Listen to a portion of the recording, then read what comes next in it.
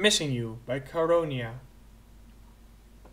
Pinkie Pie pressed the stamps onto the 4 envelopes she held in her basket. Spike, Princess Cadence, Princess Celestia, and Princess Luna, she mumbled as she worked. Done! She clapped her hooves together in a half-hearted beat of triumph, and then bounced the basket up onto her head and trotted out of her cottage. All around her, the bustle of modern-day Ponyville scurried on.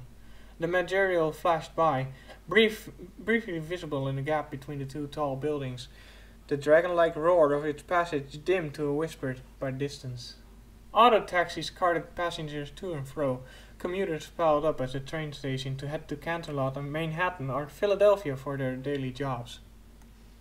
As she passed through the crowds, Pinkie smiled and waved as she always did, till she finally reached the post office where she dropped off each envelope with a mail stallion, a fairly exasperately looking chocolate-coated Pegasus. You know, Miss Harmony Pie, you send these invitations by snail mail every year. You could just magically mail them. Save me a lot of time that way, he chided as he filed the envelopes. Pinkie Pie's eyes held a glimmer of their usual twinkle. Oh, I know, but my friends prefer an old-fashioned touch.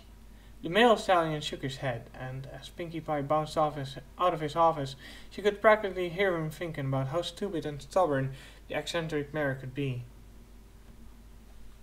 A wan smile touched her mouth at the thought. Tucking away her sad thoughts so she could focus, Pinkie spent the rest of the morning hustling to fill her list of party supplies from the shops she preferred to shop at. Over the years, she had to change on occasion to different shops, as some family businesses closed and new supermarkets or chain businesses opened, but she always stuck to as much familiarity as she could. It was important for her own sake. She didn't want to forget, for their sake. Her pace slowed as she passed through one of the older commercial districts. She came to stop before a supermarket which was straddled on an old location she knew all too well, deep in her heart. In her mind's eye, she saw the bakery that once stood in its place. Scents came to her memory, little wisps of chocolate and cranberry muffins, with glasses of hot apple cider. They'd have been perfect for her party, but... I'm sorry, I couldn't save the sugar cube corner, Mr. and Mrs. Cake, she whispered. With a shuddering breath, she pushed on with the rest of her supply gathering. As she arrived home, the clock on the wall of her little cottage began to chime 12. Her saddlebags were bursting with everything she needed for her usual perfect birthday party. Of course, she fought sorely as she traipsed into her empty house. Her birthday party would be missing a number of important guests, but no. She didn't need to dwell on that right now. Instead, she reached into her box of her most treasured belongings and withdrew an ancient, battered picnic basket, still smelling of the apples despite centuries. She filled it with a few special sweets and treats for the private party with the girls she intended tomorrow morning. Setting it on the counter, she steeled herself to get to work. With a few hundred years worth of experience, setting up the perfect birthday party was a cinch. The right balance of streamers, decorations, and balloons and banners, all prepared just so, just the way they would have wanted it. Yet, as she went through the motions, she worked slower and slower. Finally, she scribbled out, "Happy 321st birthday, Pinkie Pie," on the title banner. She pulled her head back and read what she just had written. Happy birthday. Happy. She spat out her pen in disgust, as if she could ever be happy, have a happy birthday without them. She needed to see them, without even a second thought to the scattered party supplies strewn across the floor. She snatched up her old picnic basket and galloped out of her cottage door. Her gallop took her through towering skyscrapers and apartment complexes to the edge of old Ponyville, and what used to be an orchard of sweet apple acres, most of which had long since been given to a development. One small hillock, once a small part of the south field, still held a few old apple trees bearing fruit. Within the orchard lay a quiet little park, carefully and respectfully maintained. All around, the newer buildings and changes towered over like grim spectres, casting haunting shadows. For the briefest of moments, Pinkie Pie halted in the grip of nostalgia, flashes of old memories swimming through her mind. A checkered cloth, balloons in a basket flying away, hours spent under the summer sun, laughing and playing. But just as quickly, the memories faded, and she galloped on. In the center of the park was a tiny cemetery. Just a semicircle of 5 headstones, each engraved with a cutie mark.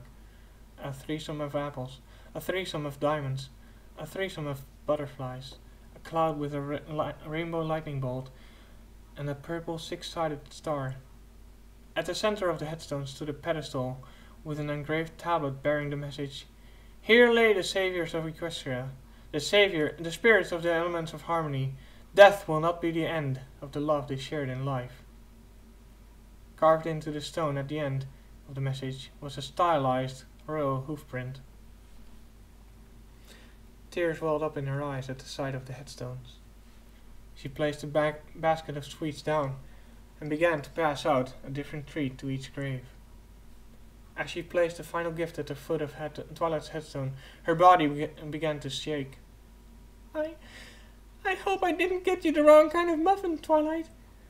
I can't even remember anymore if you'd like cranberry." With an angry cry, she kicked the basket out of her way and collapsed onto her haunches in front of the graves, weeping. I'm sorry I couldn't wait until tomorrow, girls," she said through her tears. I just really needed to see you. Sometimes I can't even figure out if I even want to go on living without you." She stomped her hoof at a clod of dirt. "It's not fair. I shouldn't have outlived you," she sniffled, sparing a glance at the 6-sided star grave. Pinkie remembered the shock on Twilight's face when she discovered how the magic behind Pinkie Pie's sense also granted Pinkie Pie a lifespan comparable to that of the princesses. How Rarity had told her it was a gift to stay eternally ageless and beautiful. Fluttershy had actually joked that she could start calling her Auntie Pinkie Pie now. Rainbow Dash had just complained that the more she learned about Pinkie Pie, the less of it made any sense. Applejack had just told her it was an opportunity to keep up with their children and their children's children for generations to come. But Applejack didn't know. She couldn't have known. Her quivering leg muscles gave out entirely, letting her tears stream down into the dirt. "I know a lot of ponies here care about me. I visited Poundcake's great to the 5th granddaughter and her falls in Baltimore just last week. Every pony here calls me Granny Pie, but it wasn't. All I could think about was, when I was with them, was how we were never able to have our own children." More memories flooded back about how her magic rendered her sterile, and how it wasn't known until after Twilight had accidentally passed on the sterility to the rest of them in the form of an experiment, trying to sync up their genes so any children of theirs was a child of all of 6 of them. Her chest heaved with her sobs. "Sometimes, even thinking about ending it, a sharp knife, just a little prick, then I'd be with you again." She rubbed her snout into the dirt. "But I don't really want to die. It's just that all the color went out of the world without you girls. You were everything to me. Everything." "Pinkie?" came a sudden deep voice from behind. Pinkie let out a sigh and spared a glance to see the looming presence of a familiar green and purple dragon. "Hi, Spike," she said, not even bothering to get up from her prone position. A dark shadow was cast over Pinkie Pie as Spike brought one of his massive hands over to her, laying it gently onto her back. "I miss them too, Pinkie," he said, his voice barely above a whisper. Pinkie Pie sniffled, curling her head up into Spike's fingers. His scales were cool and comforting to the touch. Memories of Spike as a baby dragon flooded her mind, along with the rest of fresh memories of her lovers, bringing forth the beginnings of new tears. To her surprise, Pinkie Pie found Spike's fingers curling around her suddenly, lifting her up and clasping her into his chest. She instinctively cuddled against him, soaking in the draconic heat. "I missed them too," he repeated, as he held her tightly. That was all she needed to start crying again. This time, not just for herself, but for Spike too. A few moments later, her tears were spent. She wiped her face and looked up at her dragon friend. "Spike, what are you doing here? The party isn't until tomorrow." He stared down at her with those piercing green eyes and lifted his other hand, which contained 5 bouquets of various flowers. "Though I might pay my respects.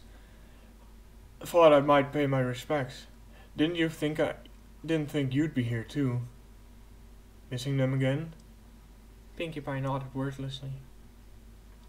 "I figured. You look like crap, Pinkie." She snorted, though she couldn't help but a small giggle. "Gee, thanks, Spike." He flashed her a lopsided grin. "I'd be happy to help you finish setting up for the party in a little while, but..." Spike gazed down at the headstones. "What say we stay and talk with our friends first?" She sighed, her mouth curling into one little grin. "Okay, but put me down, please." "Sure thing." "Spike?" "Yeah?" "Thanks." The end.